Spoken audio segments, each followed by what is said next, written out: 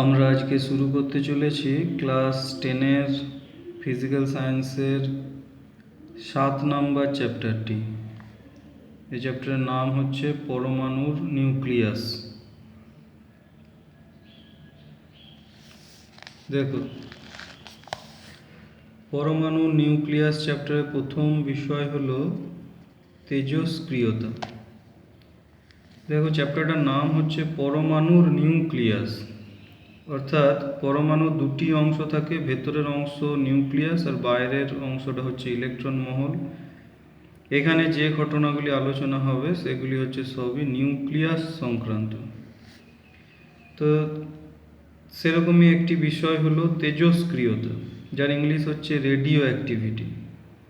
তো আমরা প্রথমেই জানবো যে তেজস্ক্রিয়তা বা রেডিও অ্যাক্টিভিটি কাকে বলে। দেখো, আমরা আলোচনা করব প্রাকৃতিক তেজস্ক্রিয়তা নিয়ে, অর্থাৎ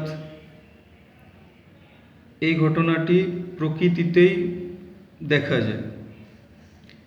প্রকৃতিতে পাওয়া যায় কিছু উচ্চ ভর সংখ্যা বিশিষ্ট মৌল, যাদের ভর সংখ্যা হচ্ছে 210 বা তার থেকেও বেশি। যেমন প্রকৃতিতে পাওয়া যায় সবচেয়ে ভারী মৌল হচ্ছে ইউরেনিয়াম, এর পারমাণবিক সংখ্যা হচ্ছে 92। আমরা জানি প্রকৃতিতে পাওয়া যায় সবচেয়ে হালকা মৌল হাইড্রোজেন আর সবচেয়ে ভারী মৌল হচ্ছে ইউরেনিয়াম। তো প্রকৃতিতে পাওয়া যায় সেরকম ভারী মৌল হচ্ছে ইউরেনিয়াম। এছাড়াও আরও অনেক ভারী মৌল আছে যাদের ভর সংখ্যা হচ্ছে 210 বা তার বেশি এবং পারমাণবিক সংখ্যাগুলি সবই 80-র ওপরে।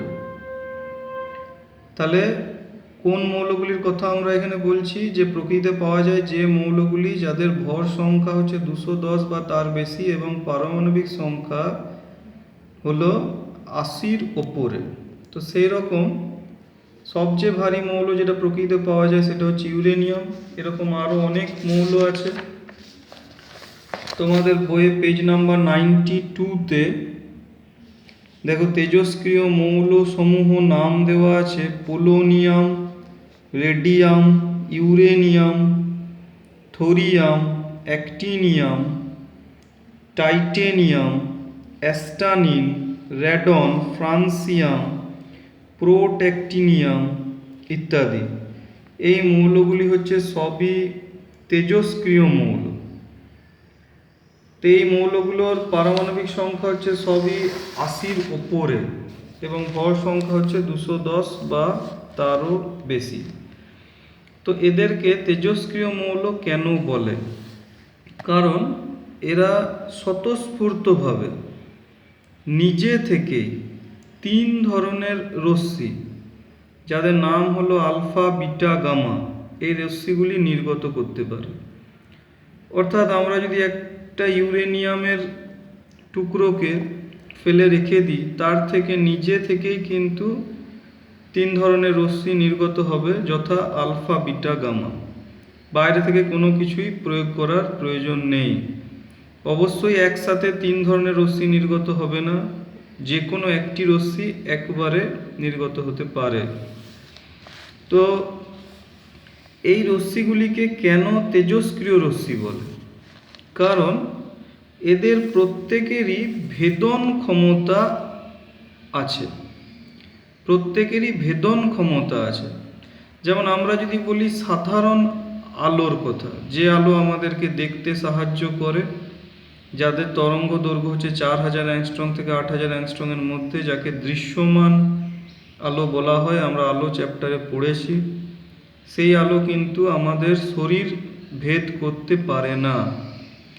আবার এক্স রশ্মি আমাদের শরীরের মাংস ভেদ করে যায়, কিন্তু হাড় ভেদ করতে পারে না। কিন্তু এখন যে রশ্মিগুলির কথা আমরা বলছি, আলফা, বিটা, গামা রশ্মি, এদেরকে তেজস্ক্রিয় রশ্মি বলা হচ্ছে, কারণ এদের প্রত্যেকেরই ভেদন ক্ষমতা হচ্ছে অনেক বেশি। তো কার বেশি কার কম সেটা আমরা পরে দেখছি। তো এবার ধরে নাও একটি ইউরেনিয়াম মৌল থেকে এরকম আলফা বিটা বা গামা রশ্মি নির্গত হলো, তো সেইটি কিন্তু আর ইউরেনিয়াম মৌল থাকবে না, সেটি তখন কম পারমাণবিক সংখ্যা বিশিষ্ট নতুন মৌলতে পরিণত হবে।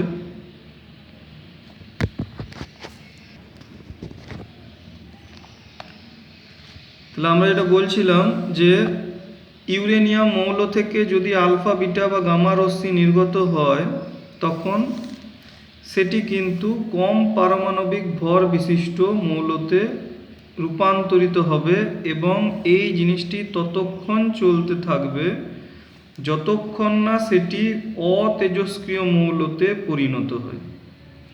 অতেজস্ক্রিয় মৌলতে পরিণত হয় অর্থাৎ পারমাণবিক সংখ্যা, আমরা বললাম কি যে মৌলগুলোর ভারী পারমাণবিক সংখ্যা গ্রেটার দেন 80 সেগুলো তেজস্ক্রিয়, অর্থাৎ পারমাণবিক সংখ্যা 80 বা তার নিচে যতক্ষণ না পরিণত হচ্ছে ততক্ষণ এই রশ্মি নির্গত করতে থাকবে। তো এই যে প্রকৃতিতে যে মৌলগুলি পাওয়া যায় যেগুলি ভারী, যাদের ভর সংখ্যা 210 বা তার চেয়ে বেশি, বা পারমাণবিক সংখ্যা 80 বা তার চেয়ে বেশি, তারা যে নিজের থেকেই আলফা বিটা গামা রশ্মি নির্গত করার যে ক্ষমতা, সেই ধর্মটিকেই বলা হয় তেজস্ক্রিয়তা। এবং যেহেতু এটি প্রকৃতিতে নিজে নিজেই ঘটে, তাই এটিকে প্রাকৃতিক তেজস্ক্রিয়তাও বলা হয়। এবং আলফা বিটা গামাকে তেজস্ক্রিয় রশ্মি বলা হয় কারণ এদের ভেদন ক্ষমতা উচ্চ। আর এই ভারী মৌলগুলি যেগুলি আলফা বিটা গামা রশ্মি নির্গত করতে পারে তাদেরকে বলা হয় তেজস্ক্রিয় মৌল। এবার এই তেজস্ক্রিয়তা হলো একটি নিউক্লিয় ঘটনা। নিউক্লিয়াসের বাইরের ইলেকট্রন বিন্যাসের সাথে এর কোনো সম্পর্ক নেই। অর্থাৎ আলফা বিটা গামা রশ্মি নির্গত হবে পরমাণু নিউক্লিয়াস থেকে, নিউক্লিয়াসের বাইরের ইলেকট্রন বা ইলেকট্রন মহলের সাথে এর কিন্তু কোনো সম্পর্ক নেই। এই ঘটনাটি আবিষ্কার করেন ফরাসি বিজ্ঞানী ওরি বেকারেল 1896 খ্রিস্টাব্দে। তো আমরা এবারে আলফা বিটা এবং গামা রশ্মির বৈশিষ্ট্যগুলি দেখব। প্রথমে আমরা বলবো, দেখো আলফা রশ্মি। আলফা রশ্মি হচ্ছে অনেক আলফা কণার স্রোত। এবার আমরা যদি একটি আলফা কণার কথা ভাবি, তাহলে একটি আলফা কণার আধান হচ্ছে +2e। একটি আলফা কণার আধান হচ্ছে কত? +2e। এখানে ই হচ্ছে ইলেকট্রনের আধান, ইলেকট্রনের আধানের মান, যেটা আমরা জানি এসআই পদ্ধতিতে 1.6 × 10⁻⁻19 কুলম্ব। তাহলে একটি আলফা কণার আধান হচ্ছে +2e, অর্থাৎ আলফা কণার আধান হচ্ছে ধনাত্মক। আলফা কণার ভর হচ্ছে 4টি প্রোটনের ভরের সমান। আলফা কণার ভর হচ্ছে 4টি প্রোটনের ভরের সমান। এবং একটি আলফা কণাকে আমরা He2 4 হিলিয়াম নিউক্লিয়াসের সাথে তুলনা করতে পারি। দেখো নিচে আছে 2, নিচে আছে 2, পারমাণবিক সংখ্যা 2, এটা আধানকে বোঝায়, সেই কারণেই এর আধান হচ্ছে 2 একক আলফা কণার। আর উপরে ভর সংখ্যা হচ্ছে 4, এটা ভরকে বোঝায়, তাই আলফা কণার ভর হচ্ছে 4 একক বা 4টি প্রোটনের ভরের সাথে সমান। সুতরাং আলফা কণার আধান হলো ধনাত্মক বা এটি ধনাত্মক কণা। এবার আমরা চলে যাব বিটা রশ্মি। বিটা রশ্মি হচ্ছে অনেক বিটা কণার স্রোত। একটি বিটা কণা হলো একটি ইলেকট্রন, একটি বিটা কণা হলো একটি ইলেকট্রন। সুতরাং একটি বিটা কণার ভর একটি ইলেকট্রনের ভরের সাথে সমান, যার মান কত? 9.11 × 10⁻31 কেজি, বা সিজিএস পদ্ধতিতে 9.11 × 10⁻28 গ্রাম। এবং একটি বিটা কণাকে যে চিহ্ন দিয়ে লিখবো সেটা হচ্ছে একটা ইলেকট্রনের চিহ্ন E-10।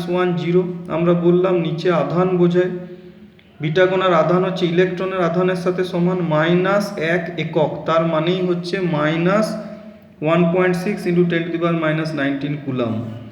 আর বিটা কণার ভর তার মানে জিরো। জিরো বলতে কেন? কারণ ইলেকট্রনের ভর হচ্ছে নগণ্য, একেবারে জিরো নয়। প্রোটন বা নিউট্রনের তুলনায় এর ভর নগণ্য, তাই উপরে ওটাকে জিরো দিয়ে লেখা হয়, কিন্তু ভরটা নগণ্য, যার ভরের মান আমরা লিখেছি।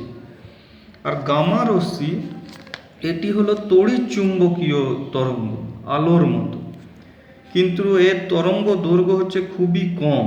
এর কিন্তু কোনো আধানও নেই, আবার কোনো ভরও নেই, কারণ এটি তড়িৎ চুম্বকীয় তরঙ্গ।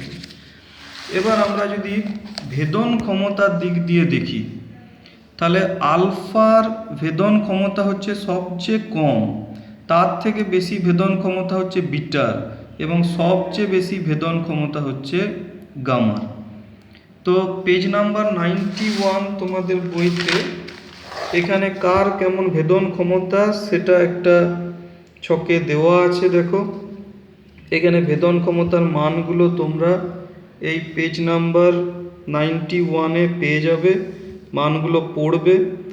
আর একটা হচ্ছে আয়নন ক্ষমতা।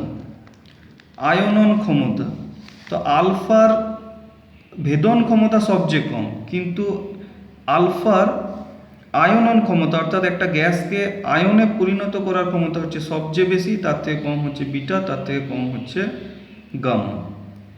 ঠিক আছে, তো তোমরা পেজ নাম্বার 91-এ এই যে ছকটা আছে, এই ছকটা ভালো করে পড়বে, এখান থেকে আলফা বিটা গামা রশ্মির মধ্যে পার্থক্যগুলো পেয়ে যাবে। আর একটা কথা আমরা বলি, আমরা যে বললাম যে বিটা কণা মানে একটি ইলেকট্রন, তাহলে এটা কি পরমাণু নিউক্লিয়াসের বাইরের ইলেকট্রন? না, আমরা বলছি যে তেজস্ক্রিয়তা হচ্ছে নিউক্লিয় ঘটনা। তাহলে ইলেকট্রনটা এলো কোথা থেকে? আসলে নিউক্লিয়াসের মধ্যে একটি বিক্রিয়া সবসময়তেই ঘটছে, একটি নিউট্রন একটি প্রোটন এবং একটি ইলেকট্রনে পরিণত হচ্ছে। এই বিক্রিয়াটা নিউক্লিয়াসের মধ্যে ঘটছে। এই ইলেকট্রনটার উপরে নিউক্লিয় বলের কোনো প্রভাব নেই।